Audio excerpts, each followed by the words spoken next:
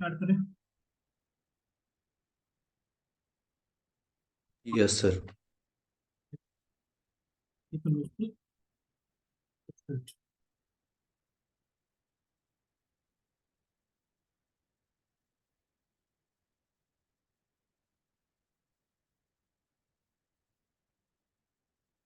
Okay. तो मैं बोल रहा था कि जैसे मान लीजिए कोई एक एरिया है, ठीक है।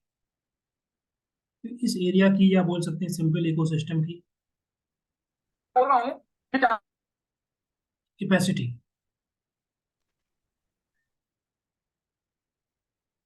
की जो प्रोडक्टिव कैपेसिटी होगी इसकी,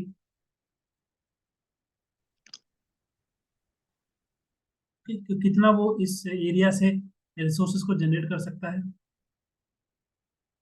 जैसे मान लीजिए फूड है, टिम्बर है, और बाकी जो होती चीजें होती हैं जो भी रिसोर्सेज होते हैं जो जनरली ह्यूमंस एक्सट्रैक्ट करते हैं फ्रॉम द इकोसिस्टम, और कितना जो है उसमें एब्जॉर्ब कर सकता है।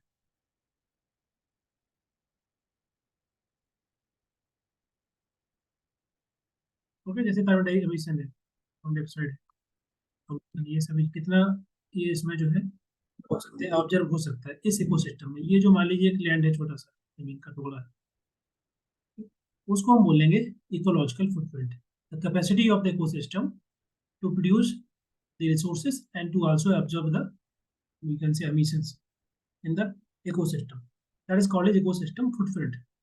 ठीक है। अब ये जो एरिया होता है जिसको बोल सकते हैं, मान लीजिए एक पर्सन के द्वारा इतने एरिया की जरूरत पड़ती है उसको सर्वाइवल के लिए, for example, so that he can get the resource, he can just, उसके अलावा बाकी जो वेस्टेज है जो वापस उसको डिपॉजिट करना होता है उस जगह में, इसको बोलते हैं ग्लोबल हेक्टेयर। ये जो स्पेस जितना है, ओके, जैसे मान लीजिए जनरली इसको बोलते हैं एक हेक्टेयर इक्वल टू,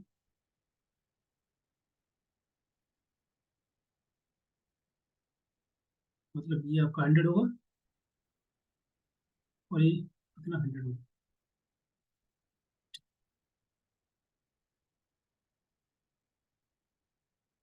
इतना एरिया, इतने एरिया में मान लीजिए एक पर्सन है, उसके द्वारा कितना रिसोर्सेज चाहिए उसको, कितना वो उसमें वापस दे देगा या डिपॉजिट कर देगा, वो कैपेसिटी, वो एरिया, उसको हम बोलेंगे इकोलॉजिकल फुटप्रिंट।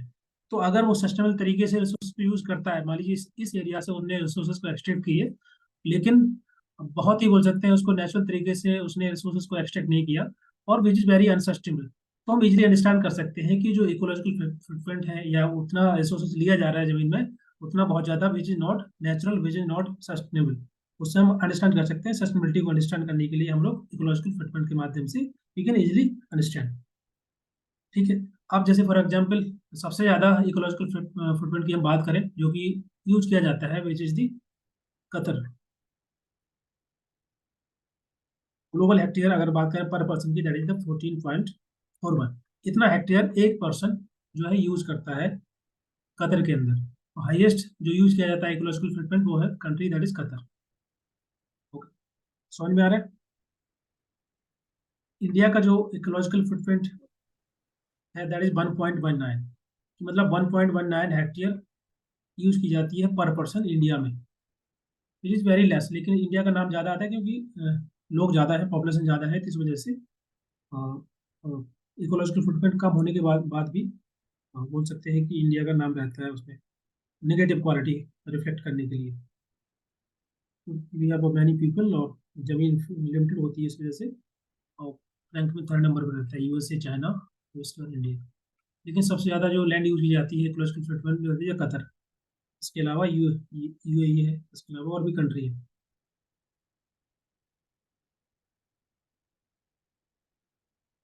समझ में आया इकोलॉजिकल फुटप्रिंट क्यों जरूरत पड़ती है, इकोलॉजिकल फुटप्रिंट की समझने के लिए, अंडरस्टैंड करने के लिए।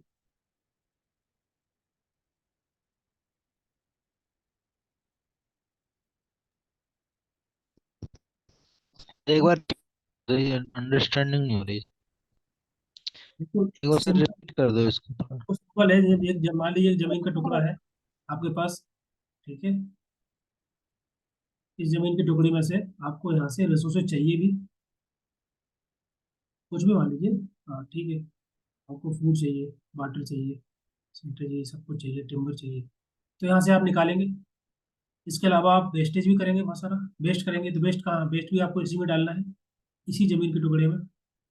ठीक है, तो इस जमीन के टुकड़े की जो कैपेसिटी होगी, जो प्रोडक्टिव कैपेसिटी होगी, उसको हम बोलेंगे इकोलॉजिकल फुटप्रिंट। कि आपको इतने जमीन के टुकड़े की जरूरत है एक पर्सन के लिए, वो आपका कहलाएगा इकोलॉजिकल फुटप्रिंट। तो इससे हम ये भी मेजर कर सकते हैं कि कितना सस्टेनेबल तरीके से पर्सन जो है यूज कर रहे हैं रिसोर्सेज को, या उस इकोसिस्टम को, जितना उसको दिया गया है। मतलब दिया गया मतलब सिंपल है, समझाने के लिए बोला कि इतना आपके पास एक जमीन का टुकड़ा है, इसमें से आपको रिसोर्सेज निकालने भी है, और आपको जो वेस्टेज है आपका इसी में डालना भी है। तो अगर आप सही तरीके से यूज करेंगे इस रीजन को, इस जगह को, इकोसिस्टम को, तो आप बेहतर तरीके से सस्टेनेबल तरीके से रिसोर्स को यूज कर सकते हैं। ओके, तो we can easily assess the sustainability of human activity. Okay, कि जो प्लानिट की कैपेसिटी है, जो इस इकोसिस्टम की कैपेसिटी है, और आप कितना ह्यूमन एक्टिविटी के माध्यम से उस पर एक्सट्रैक्ट कर रहे हैं, ले रहे हैं, जनरेट कर रहे हैं, उससे we can easily assess the sustainability of human activity. Okay, that is the ecological ecological footprint. अब इसमें जो मैंने जगह मतलब ये जो बताया इतना एरिया, वो आपका 1 हेक्टेयर। 1 हेक्टेयर का मतलब होता है कि 100 मीटर, यहाँ से 100 मतलब 100 मीटर स्क्वायर। ये 1 हेक्टेयर एक पर्सन की जरूरत होती है, मतलब जो इकोलॉजिकल फुटप्रिंट हम चेक कर रहे हैं वो एक पर्सन की रिक्वायर्ड बोल सकते हैं, जो है that is the 100 metre square. So अगर किसी कंट्री में 14.1 दिखाया जा रहा है कि कतर में जो है पर पर्सन कितना 14.1 हेक्टेयर यूज करते हैं, इसका मतलब क्या हुआ कि इसी जैसे और 14 ब्लॉक बन जाएंगे, उतनी जमीन एक पर्सन के द्वारा यूज की जाती है। जमीन का मतलब नहीं यहाँ पर जमीन है, जमीन का मतलब है कि जो भी रिसोर्सेस हैं, ओके, इकोसिस्टम के, हमारे अर्थ इकोसिस्टम के जो भी रिसोर्सेस हैं, उसका इतना हिस्सा एक पर्सन यूज कर रहा है।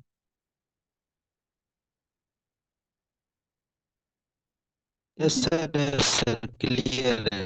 इकोलॉजिकल फिटमेंट क्यों जरूरत है, क्योंकि हम समझ पाए कि हम उससे कितना एक्सट्रैक्ट कर रहे हैं, कितना हम उसमें डिपॉजिट कर रहे हैं, so that we can easily assess the sustainability of the human activity, कि हम कितना उसमें से, कितना किस तरीके से हम उसमें से डिप्लीट कर रहे हैं जो हमारे रिसोर्सेस हैं, और जो नॉन लिविंग रिसोर्सेज हैं, जो फॉसिल फ्यूल्स हैं, मिनरल्स हैं, कितना ज़्यादा डिप्लीट हो रहे हैं और कितना हम उसमें डिपॉजिट कर रहे हैं।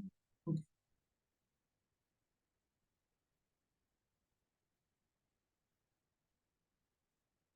समझ में आ रहा है? Okay, तो अर्थ इकोसिस्टम के जो ह्यूमन इम्पैक्ट है उसके ऊपर कितना इम्पैक्ट पड़ रहा है, उसको मेजर करने के लिए हम लोग इकोलॉजिकल फुटप्रिंट का यूज करते हैं, या उसे समझते हैं, अंडरस्टैंड करते हैं कि जो भी बायोलॉजिकल प्रोडक्टिव लैंड है, जमीन है, सी है, वो वो जो पूरा एरिया जो कि जरूरत होती है इंसान को, वहाँ से अपनी लाइफ स्टाइल को मेंटेन करने के लिए रिसोर्सेज चाहिए होते हैं, या जितना वो वेस्ट निकालता है, तो वो कितना ऑब्जर्व हो पा रहा है उसमें वापस उसी इकोसिस्टम के अंदर, जो अर्थ ecosystem.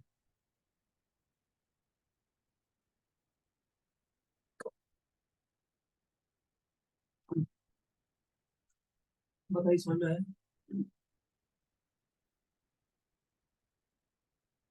Yes sir.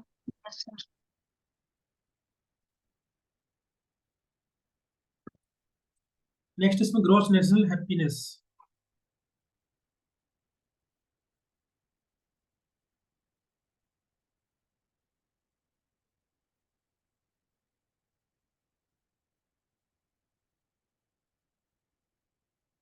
What is gross national happiness animal? जैसे ग्रॉस डोमेस्टिक प्रोडक्ट होता है, इसी प्रकार से ये है आपका ग्रॉस नेशनल हैप्पीनेस। ये भूटान के द्वारा इसको इंट्रोड्यूस किया गया था 97 में।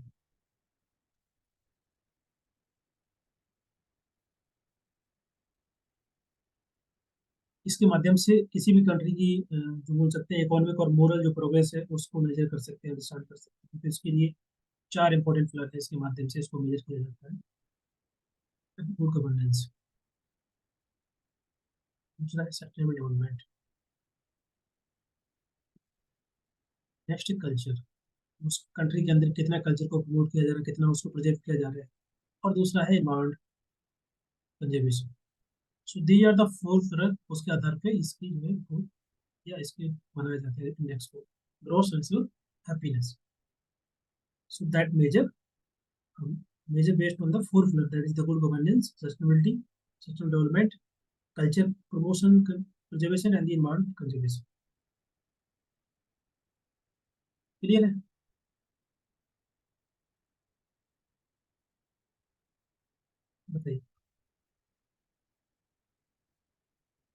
इंडिया की रैंक क्या है अभी जो इंडेक्स जारी हुआ था, पी नेक्स्ट स्कोर में इंडिया की रैंक क्या है वर्ल्ड हैप्पीनेस रिपोर्ट में?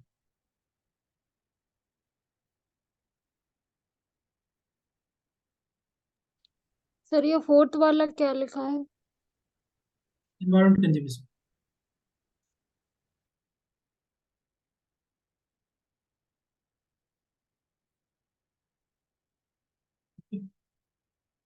What is the rank of India in world happiness report? 126। बिल्कुल,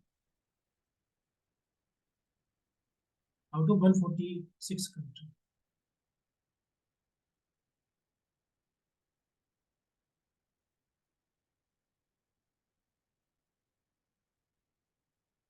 और टॉप पर इसमें फिनलैंड ने किया हुआ। फिनलैंड ही रहता है हमेशा सबसे। ओके। सर 150 बाई 126 है। 126 कंट्री इंडिया की रैंक है, तो आउट ऑफ कितनी होगी तो वो नीचे आएगा ना। 150 में 126 है। 146 ही है कंट्री, 150 नहीं है सर आपने जो भेजा है उसमें 150 है। इसमें। कल जो भेजा मैंने। Yes sir, yes sir. ठीक है, ठीक है, ठीक है।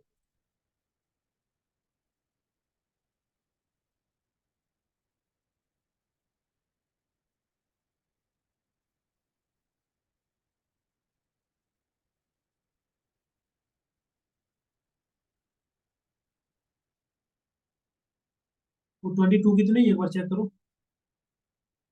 सर 23 की है। मैं अभी स्क्रीनशॉट लेके भेजता हूँ। बोल रहे हो तो मान लेते हैं, नोट्स किए तो। 126 तो 126 रैंक तो ठीक है।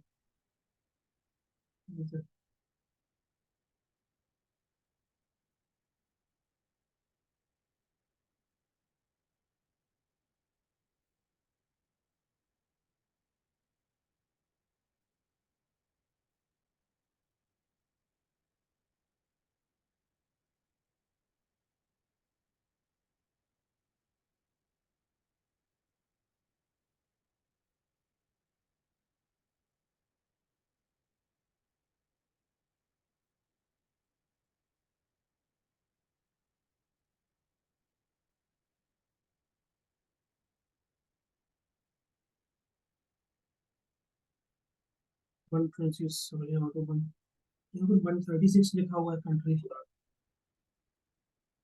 यस सर, 150 है नोट्स में। ठीक है, वो जो रैंक मैंने निकाली हुई 150 था वहाँ पर। जी। सर मैंने भेज दिया स्क्रीनशॉट, एक बार चेक कर लो। समझ गया, मैं समझ गया। मैंने नोट्स भेजा हुआ तो 150 अभी लिखा हुआ। भेजा इस। ओके, ठीक है, ठीक है।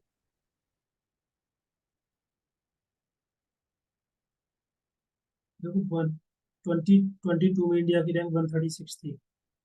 Okay, out of 146 country.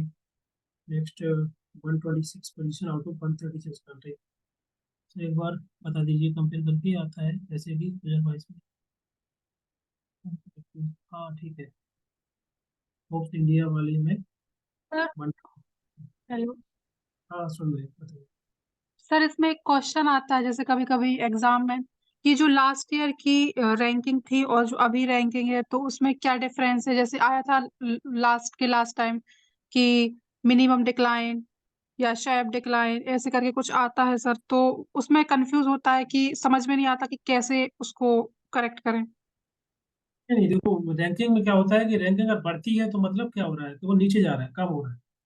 जैसे रैंक कम होगी, मतलब जैसे कि 1 से अगर 5 हुई तो रैंक बढ़ रही है, तो नीचे हो रहा है, डिक्लाइन हो रहा है। और रैंक 5 से 1 हो रही है तो मतलब अब ऊपर तरफ जा रहा है, रैंक अच्छी हो रही है।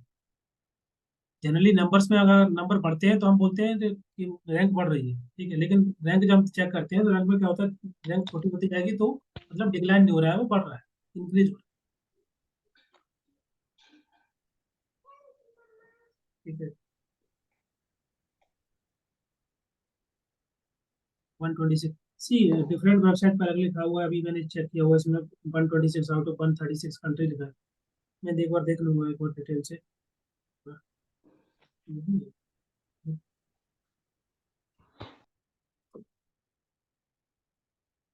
ये 146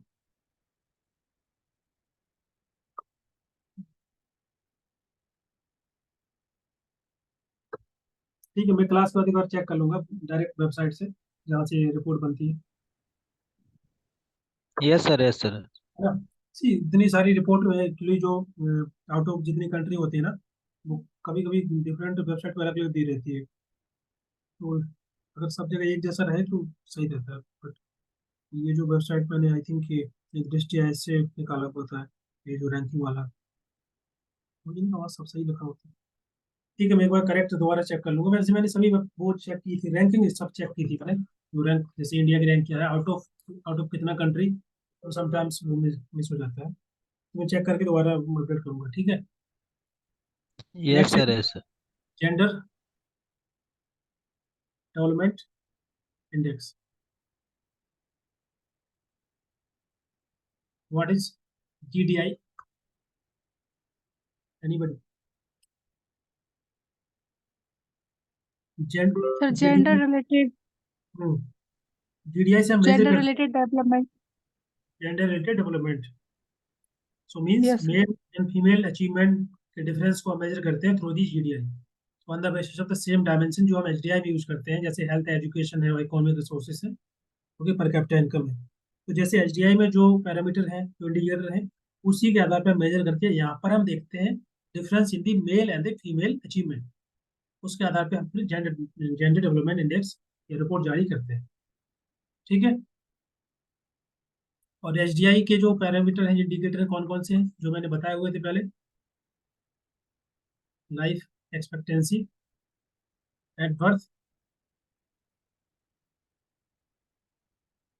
मिनिमम स्कूलिंग।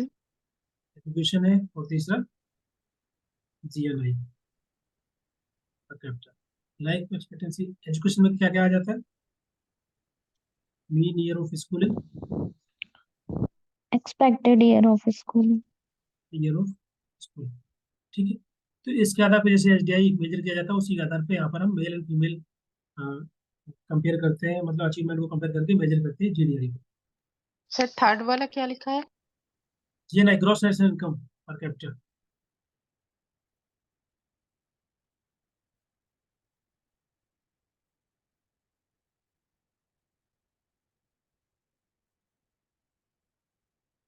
ठीक है। जैसे मान लीजिए फॉर एग्जाम्पल किसी कंट्री के अंदर अगर GNI पर कैपिटा 10,000 रुपीज, मतलब इंडिया के अंदर मान लीजिए 10,000, इसका मतलब है कि हर एक individual on an average 10,000 rupees एक साल में कमा रहे हैं, उसको बोलेंगे GNI पर कैपिटा। ठीक है। HDI का क्या रैंक है बताइए? 2022। ये तो क्लियर है, चार तीनों टर्म, लाइफ एक्सपेक्टेंसी बर्थ। जी सर। इसका मतलब होता है कि एवरेज नंबर ऑफ ईयर कोई पर्सन जो है कितना जीता है, एक्सपेक्टेड ईयर। मतलब जैसे मान लीजिए किसी कंट्री की जो लाइफ एक्सपेक्टेंसी 75 ईयर, इसका मतलब है कि ऑन एन एवरेज उस कंट्री के अंदर हर एक इंडिविजुअल 75 ईयर तक जीवित रहे, expected to live till the 75, that is life expectancy at birth. ठीक है। एंड मीन ऑफ स्कूलिंग का मतलब क्या होता है बताइए?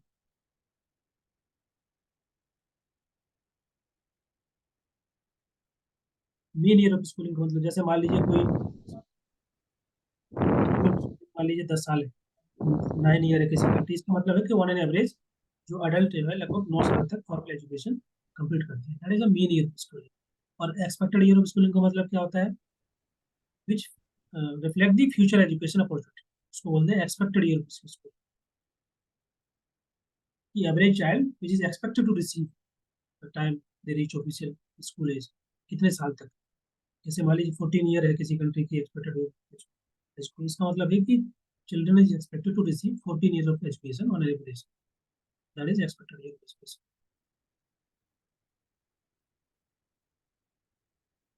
हाँ बिल्कुल, mean for the adult, expected for the child.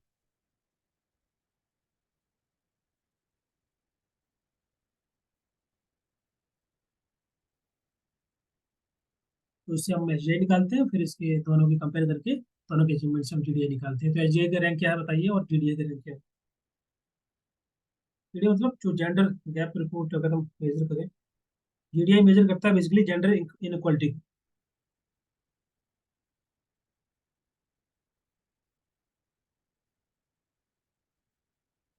What is the rank of SDI? India की कितनी रैंक है India SDI? 130। 132।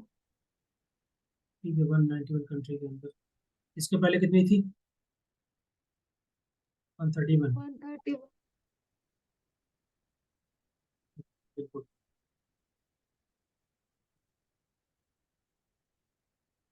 Gender gap report 2023, इसमें इंडिया की रैंक क्या है?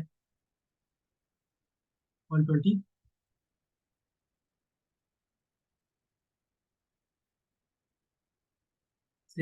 Out of 146 country.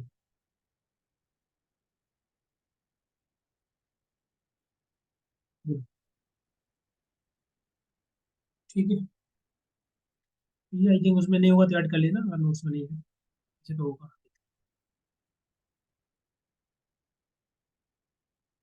ठीक। और- और अभी इसमें क्वेश्चन था तो उसको देख लेते हैं, फिर उसके बाद हम लोग डिस्कस करेंगे हिंदी।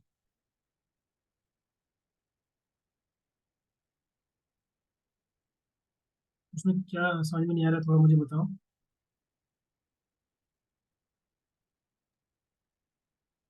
कौन सा क्वेश्चन सर जो मैंने अभी भेजा वो? नहीं, जो आपने स्टार्टिंग में भेजा था ना, क्या क्वेश्चन था? हाँ मतलब आप भी भेजा वो। सर हम्म, एक्चुअली क्या है कि जो उसमें फिर एडिटिंग को ऐड क्यों नहीं किया, मतलब जैसे उसमें चार है ना, तो बाकी दूसरा क्वेश्चन जो भेजा उसमें तो एडिटिंग को भी ऐड किया हुआ है।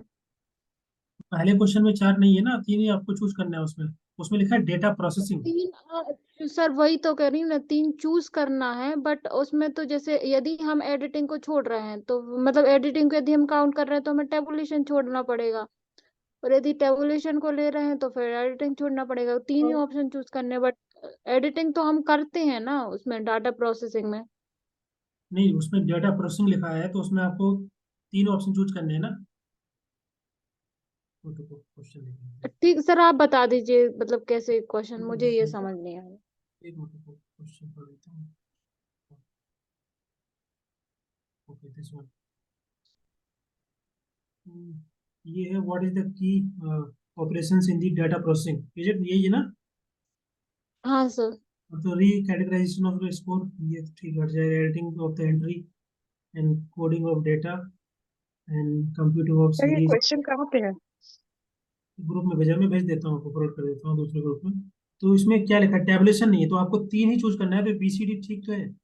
एडिटिंग ऑफ एंट्री, तो इसका आंसर तो क्या बताया था मैंने, ये बताया था ना। नहीं सर, एडिटिंग नहीं है शायद इसका आंसर, मतलब इसको कोडिंग और कंप्यूटर सीरीज ये सब चीज ऐड किया हुआ है, और नहीं टेबुलेशन एडिटिंग नहीं। नहीं नहीं, इसमें टैबलेट नहीं, ऑप्शन नंबर इसका आई थिंक ये वाला करेक्ट है।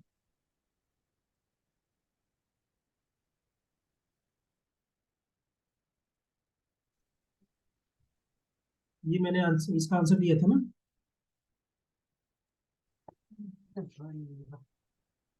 इसको हम लोग क्लास में डिस्कस किए थे कुछ दिन पहले।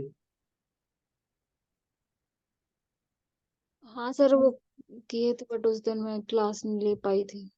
हाँ, तो उसमें मैंने 3 ऑप्शन दिए ना, बी सी डी। जो री कैटेगराइजेशन ऑफ स्कोर था मैंने बताया था, वो होगा नहीं। तो फिर सर फिर टेबुलेशन क्यों नहीं होगा, क्योंकि टैबुलेशन क्लासिफिकेशन में आता है। वो प्रोसेसिंग में, मतलब अगर आप उसको ऐड भी कर लोगे, चलो ठीक है ऐड कर लोगे, तो 3 ही ऑप्शन चूज करने हैं ना आपको, 4 कैसे चूज करोगे? टैबुलेशन तो हम जब आप सर करेंगे। इसका पूरा प्रोसेस हम लोग को मतलब बता दीजिए, पूरा प्रोसेस। देखो और इसके बहुत। बाद नेक्स्ट क्वेश्चन भी सेंड किया हुआ है, उसमें तो है मतलब ये चीजें, आप एक्चुअली क्वेश्चन नहीं समझ रहे। एडिटिंग कोडिंग टेबुलेशन वगैरह मतलब ऐड किया है। आप पहले क्वेश्चन को समझो क्या लिखा है। दूसरे क्वेश्चन में लिखा है कि आपको अरेंज करना है stage of research process after data collection. उसमें लिखा है डाटा कलेक्शन के बाद जो स्टेप्स होंगे उनको आपको देखना है, सही सीक्वेंस में लगाइए। पहले वाले क्वेश्चन में लिखा है कि जो की ऑपरेशंस होते हैं डेटा प्रोसेसिंग में, ठीक है, वो है डाटा कलेक्शन के बाद का। ये है बोलना कि डेटा प्रोसेसिंग में क्या की ऑपरेशंस होते हैं। जैसे आप डेटा कलेक्ट कर लिए, तो डेटा को प्रोसेस करेंगे ना, और डेटा आप जो लेके आएंगे वो रॉ डेटा होगा, उसको आपको ऐड करना पड़ेगा। ठीक है, उसकी कोडिंग वोडिंग करेंगे, आप सॉफ्टवेयर में डालेंगे, फिर अगर क्वालिटेटिव डेटा है तो फिर आपकी उसके बाद फिर डाटा कैटेगराइज करेंगे, फिर टेबुलेशन करेंगे, डेटा डेटा क्लासिफिकेशन में जो होता है ना। तो डेटा प्रोसेसिंग और डेटा हम्म। कलेक्शन अलग अलग है ना, दोनों स्टेज अलग है। डेटा कलेक्ट करेंगे, उसके बाद आपका स्टेप्स आएगा, डेटा को आप एडिट करेंगे, ये जो प्रोसेसिंग होती है डेटा की। जो डेटा आप कलेक्ट करके हाँ लाते सर। हैं डायरेक्टली रिपोर्ट नहीं बनाते उसका, आप डायरेक्ट जैसे मान लीजिए आपने कुछ डेटा लेके आए, क्वेश्चन आर बना करके जो भी डेटा कलेक्ट किया, तो बहुत सारा उसमें डुप्लीकेशन होता है, बहुत सारा डेटा पूरा नहीं होता है, या क्वेश्चन आर किसी ने कंप्लीट भी किया उसको आप हटा देते हैं। तो ऐसा करके आप डेटा को पूरा एडिट करते हैं, फिर उसकी कोडिंग करते हैं। अब क्योंकि सॉफ्टवेयर में डायरेक्टली आपने जो लिखा हुआ है वो नहीं उसमें एंट्री कर सकते, उसको आपको कोडिंग करना पड़ता है। जैसे जो भी आप डिफरेंट पैरामीटर पे ले रहे हैं, जो इंडिकेटर ले रहे हैं, तो उन इंडिकेटर पे आपने जो डेटा लिया है, तो डायरेक्टली डेटा नहीं जाएगा सॉफ्टवेयर पे, आपको उसकी कोडिंग करनी पड़ती है। कोडिंग करके डालते हैं उसको सॉफ्टवेयर, फिर वो जनरेट करता है रिपोर्ट डिफरेंट अलग अलग तरीके से, फिर जो टेबल के फॉर्म में आप जो भी बना रहे हैं, किसी भी रूप में क्लासीफाई करते हैं डेटा को। ओके, तो वो प्रोसेसिंग होती है उसके पहले, तो एडिट करेंगे। जो एंट्री एंट्री का मतलब यहाँ पर है जो आपका डेटा है, रो डेटा है, उसको एंट्री करेंगे, एडिटिंग करेंगे। ठीक है, कोडिंग कोडिंग का मतलब है जैसे मान लीजिए आपने उसको क्लासिफाई कर दिया अलग अलग तरीके से, अगर कुछ डेटा महिलाओं का है उसको अलग कर दिया, बच्चों का डेटा अलग कर दिया, या एज के आधार पर, या इनकम के आधार पर, या कुछ भी डिफरेंट कैटेगरी के आधार पर, तो आप उसकी कोडिंग करेंगे। फिर ठीक है, क्लासिफिकेशन करेंगे, फिर वो आपका टेबलेशन आता है कि टेबल के फॉर्म में दर्शाएंगे, दिखाने के लिए, प्रेजेंट करने के लिए। तो वो तो बाद में आएगा ना, पहले तो हम डेटा एंट्री करेंगे, एडिट करेंगे, कोडिंग करेंगे।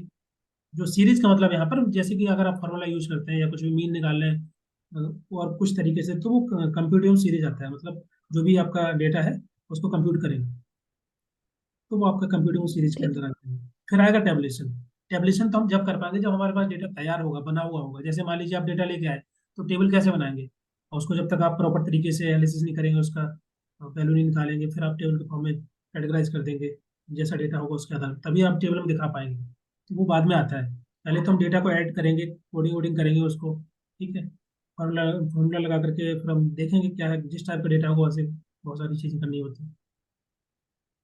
समझ में आता, तो पहले क्वेश्चन पढ़िए, क्वेश्चन से आपको समझ में आएगा कि क्वेश्चन क्या पूछ रहा है वो। उसमें पहले सेकंड क्वेश्चन में बोल रहे हैं कि स्टेज बताइए रिसर्च प्रोसेस की after data collection, data collect करने के बाद।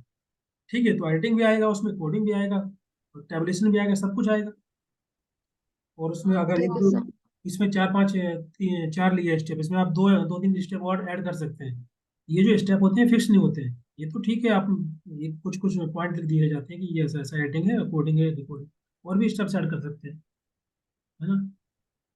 और सर फिर क्लासिफिकेशन कब आता है एडिटिंग के, मतलब पहले या फिर बाद में? पहले एडिटिंग करेंगे तभी क्लासिफाई करेंगे ना। जैसे मान लीजिए आप डेटा आपने एडिट किया, डेटा एडिट करने के बाद डेटा आपने निकाला, अब तभी आप देख पाएंगे ना उसमें ट्रेंड, कि मान लीजिए आपने, फॉर एग्जांपल आपके पास डेटा है, पॉल्यूशन को लेकर के डेटा है, तो डेटा आप पहले एडिटिंग करेंगे तभी देख पाएंगे कि ये आपका वाटर पोल्यूशन का डेटा है कि एयर पोल्यूशन का डेटा है ना। तभी तो क्लासिफाई करेंगे। क्लासिफाई मतलब क्या होता है कि एक जैसा डेटा अलग करना, होमोजेनिटी के आधार पर डेटा को अलग अलग कर देना, कि ये जो डेटा है ये उन लोगों का है जो लोग जॉब कर रहे हैं, ये लोग ये डेटा उनका है कि जो जॉब नहीं कर रहे हैं, ये क्लासिफिकेशन होता है। ठीक है सर। ठीक है। Okay sir. हाँ,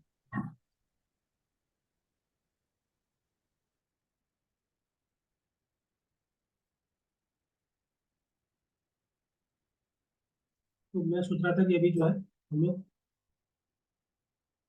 थ्योरी रिवाइज कर लेते हैं, जितना भी इंपॉर्टेंट थ्योरी है पूरा रिवाइज करने के बाद फिर हम लोग थ्योरी डिस्कस करेंगे। थ्योरी मतलब यूनिट 1 से 10 तक जो आपको पीडीएफ मैंने शेयर किया है, यूनिट 1 से यूनिट 5 का, और यूनिट 5 से 10 तक का, उसको रिवाइज कर लेंगे, मतलब मैं रहेंगे क्लास उसी को लेकर कर देंगे।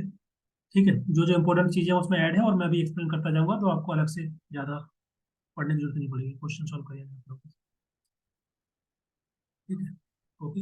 अभी हम लोग क्वेश्चन अभी कर लेते हैं, थ्योरी जितने भी हैं।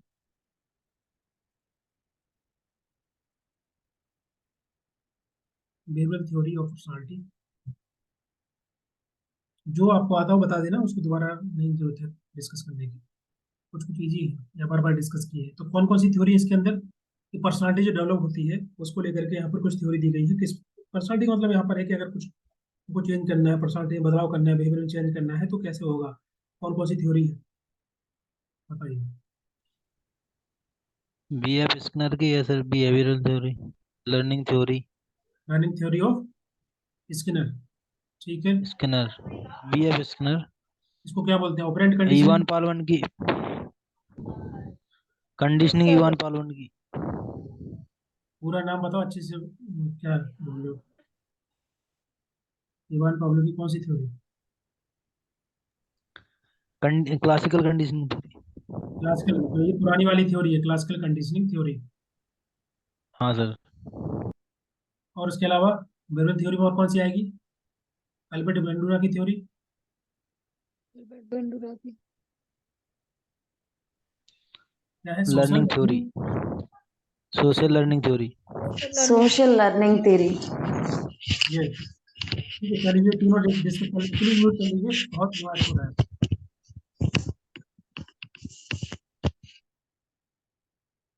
ये आप म्यूट करके रखा करिए ना इसमें। पहला learning theory of Skinner, operand conditioning theory बोलते हैं इसको। और इसके अलावा इसमें जो स्किनर के द्वारा जो वर्क किया गया, that is the law of effect. ये किसका है? इफेक्ट थॉर्नडाइक का। ठीक है। थॉर्नडाइक लॉ का। ऑफ इफेक्ट का मतलब क्या होता है कि कोई भी बिहेवियर जिससे हमको कोई सेटिस्फेक्शन मिल रहा होता है, रिवार्ड मिल रहा होता है, तो उसको बार बार हम दोहराते हैं।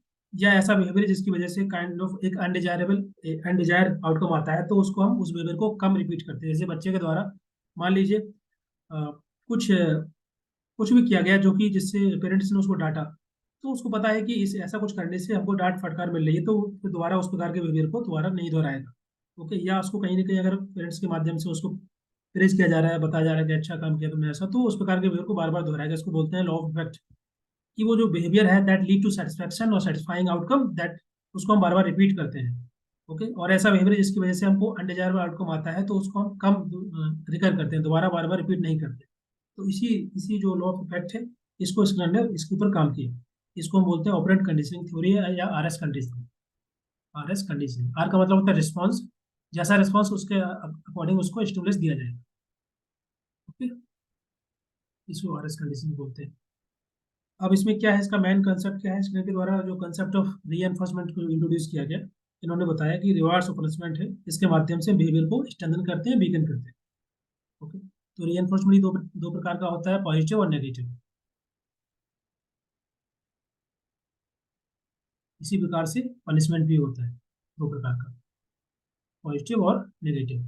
जो रीएनफोर्समेंट होता है उससे हम क्या करते हैं बिहेवियर को? Adding something. नहीं नहीं, पॉजिटिव रीएनफोर्समेंट होता है, उसका क्या काम होता है बताइए? किसी बिहेवियर को हमको रिपीट कराना है, बार बार रिपीट कराना है, तो उसके लिए हम पनिशमेंट देंगे या फिर रीएनफोर्स करेंगे। reinforcement So reinforcement increase the likelihood of the behavior, and punishment, while we use punishment, adding something. adding something तो प्लस माइनस में आएगा। मैं सिंपल पूछ रहा हूँ कि हम रीएनफोर्स करते हैं, इसका मतलब क्या हुआ कि हम उस प्रकार के बिहेवियर को बार बार दोहराना चाहते हैं। और पनिशमेंट का मतलब होता है कि हम उस प्रकार के बिहेवियर को बार बार रिपीट नहीं कराना चाहते हैं, कम कराना चाहते हैं, that is the punishment. Okay. तो पॉजिटिव पनिशमेंट हो या नेगेटिव पनिशमेंट हो, दोनों के माध्यम से हम बिहेवियर को वीकन करना चाहते हैं, कमजोर करना चाहते हैं। रीएनफोर्स इसलिए करते हैं ताकि जो बिहेवियर है वो इंक्रीज हो, through the positive through the negative reinforcement. Is it clear? Yes sir, yes sir. ठीक है। ये बेसिक आपको पता होना चाहिए स्किनर की थ्योरी के अंदर। दूसरा है पावलोव लर्निंग थ्योरी, जिसको क्लासिकल कंडीशनिंग थ्योरी बोलते हैं, क्योंकि ये पुरानी थ्योरी से क्लासिकल कंडीशनिंग थ्योरी बोलते हैं। ओके। इसका मतलब क्या है? इन्होंने बताया कि learning can be achieve through the association. Association के माध्यम से लर्निंग पॉसिबल हो सकती है कंडीशनिंग करने के बाद। जैसे क्लासिकल कंडीशनिंग का मतलब क्या हो? कंडीशनिंग करना, पेयरिंग करना, जोड़ना, दो चीजों को जनरली इस थ्योरी को यूज करते हैं। जो लोग एडिक्टेड होते हैं, ड्रग एडिक्टेड होते हैं या किसी प्रकार से, तो उसको रोकने के लिए, उसको कम करने के लिए या एडिक्शन को खत्म करने के लिए हम लोग कंडीशनिंग करते हैं एज ए सोशल वर्कर। तो वहाँ पर ये पावलोव लर्निंग थ्योरी है, काफी काम आती है। या नए प्रकार के बिहेवियर को ऐड करना हो किसी पर्सन में, पुराने अच्छा बिहेवियर नहीं है उसको हटाना हो, तो हम पहले कुछ चीज ऐड करते हैं, एसोसिएट करते हैं, जोड़ते हैं, फिर धीरे धीरे करके जो नई चीज ऐड की होती है वो अडॉप्ट कर लेता है पर्सन और पुरानी चीज को धीरे धीरे भूलने लगता है। ओके, तो यहाँ पर उन्होंने जो प्रोसेस बताया क्लास की कंडीशनिंग का, इसमें पहला एक्विजिशन, एक्वायर किया कैसे किया जाता है नए बिहेवियर को, फिर जनरलाइज करना, फिर डिस्क्रिमिनेट करना, फिर एक्सटिंक्ट करना, फिर स्पॉन्टेनियस रिकवरी, कैसे दोबारा हम उसको कैसे रिपीट कर सकते हैं। तो यहाँ पर उन्होंने एक एक्सपेरिमेंट किया डॉग पर। ठीक,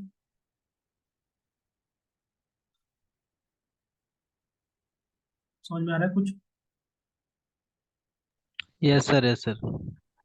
डॉग पे जो एक्सपेरिमेंट किया वहां पर उन्होंने बताया कि क्या बताया, बैल है, एक घंटी है, सर पहले विदाउट बेल का फ्रूट फूड है, फ्रूट दिया, फिर बाद में बेल विद फ्रूट दिया। जो घंटी है वो क्या है? एक कंडीशन है। कंडीशन है। कंडीशन है, हुई नहीं होगी, कंडीशनिंग होगी, मतलब किस किस टाइप का स्टिमुलस है?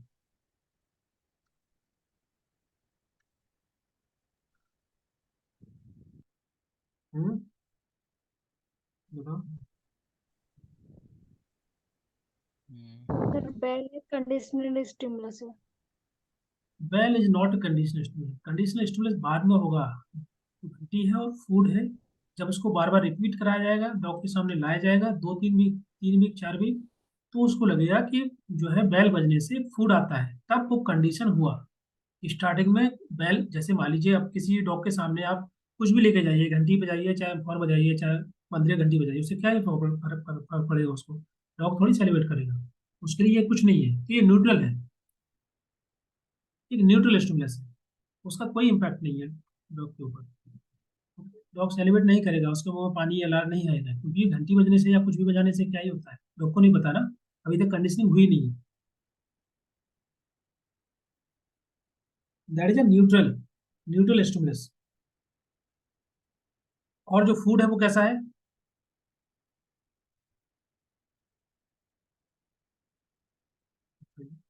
अनकंडीशन स्टिमुलस। अभी क्या होता है कि अब दोनों को, बैल और फूड को जो है बार बार लाया जाता है, इसको मान लीजिए 2 या 3 वीक ऐसे लगातार डॉग के सामने प्रेजेंट किया गया, फूड जब लाया गया तो साथ में बैल भी बजाई, घंटी भी बजाई गई, ऐसा रिपीट किया कई बार, तो फिर डॉग धीरे धीरे कंडीशन हो गया, उसको लगा कि फूड आता है, तो मतलब बैल बजती है तो फूड आता है, तो कुछ समय बाद क्या करेंगे कि फिर फूड लाना बंद कर देंगे, केवल बैल बजाएंगे। तो कुछ कुछ समय तक तो लगभग जो है कई कई दिनों तक तो वो जो है सेलिब्रेट करेगा, जैसे बैल बजेगी उसको लग रहा है कि शायद फूड आएगा, इसलिए जो है सेलिब्रेट करना स्टार्ट करें, लेकिन ऐसा हो नहीं रहा है, बार बार बैल बजा रहे हैं लेकिन फूड लेके नहीं जा रहे हैं। ओके, तो ऐसा बार बार रिपीट करने से क्या होगा, धीरे धीरे डॉग को समझ में आएगा कि घंटी बजती है लेकिन जो है फूड आता नहीं, तो धीरे धीरे करके वो छूट जाएगा, एक्सटिंक्शन स्टेज आ जाएगी, जो उसने लर्न किया वो धीरे धीरे करके खत्म हो जाएगा। और अगर इसको हम दोबारा रिपीट कराते हैं सेम प्रोसेस को, तो अगर इस प्रोसेस को फॉलो करने में डॉग को 3 वीक लगे, अगर हम सेम चीज को दोबारा रिपीट कराएंगे तो शायद वो 1 वीक के अंदर सीख जाएगा। इसका मतलब होता है स्पॉन्टेनियस रिकवरी, जल्दी रिकवरी कर रहा है। ठीक है, तो पहला इसमें स्टेज आता है एक्विजिशन। एक्विजिशन मतलब होता है लर्निंग, पहली स्टेज जो है कि पहले तो एक्वायर करेगा डॉग कि बैल बजने से फूड आता है, सेलिब्रेट कर रहा है, फिर जनरलाइज करना शुरू कर देगा वो कि जो है घंटी बज रही है तो फूड आ रहा है इस प्रकार से। फिर डिस्क्रिमिनेट, डिस्क्रिमिनेट का मतलब होता है कि उसको पता है कि केवल इस प्रकार की घंटी बजती है तभी फूड आता है, मोबाइल की रिंग बजती है या मान लीजिए और कोई रिंग बजती है, गेट की रिंग बजती है तो फूड नहीं आता है, तो वो बोल सकते हैं डिस्क्रिमिनेट करना स्टार्ट कर देगा कि this kind of sound coming from that bell, only तभी फूड आएगा, तो वो डिस्क्रिमिनेट करना स्टार्ट कर देता है। बाकी आप कोई भी घंटी बजाइए उसको फर्क नहीं पड़ेगा, क्योंकि वो उसी घंटी पे वो सेलिब्रेट करेगा जिसपे उसको पता है फूड आता है। इसका मतलब होता है वो डिस्क्रिमिनेट कर पा रहा है। ठीक है, फिर अगर बार बार हम केवल घंटी बजाएंगे फूड लेके नहीं जाएंगे, धीरे धीरे करके भूलने लगेगा, उसमें एक्सटिंक्ट हो जाएगा। फिर अगर हम रिपीट कराएंगे सेम प्रोसेस को तो जल्दी रिकवरी करेगा, उसको बोलते हैं हम स्पॉन्टेनियस रिकवरी।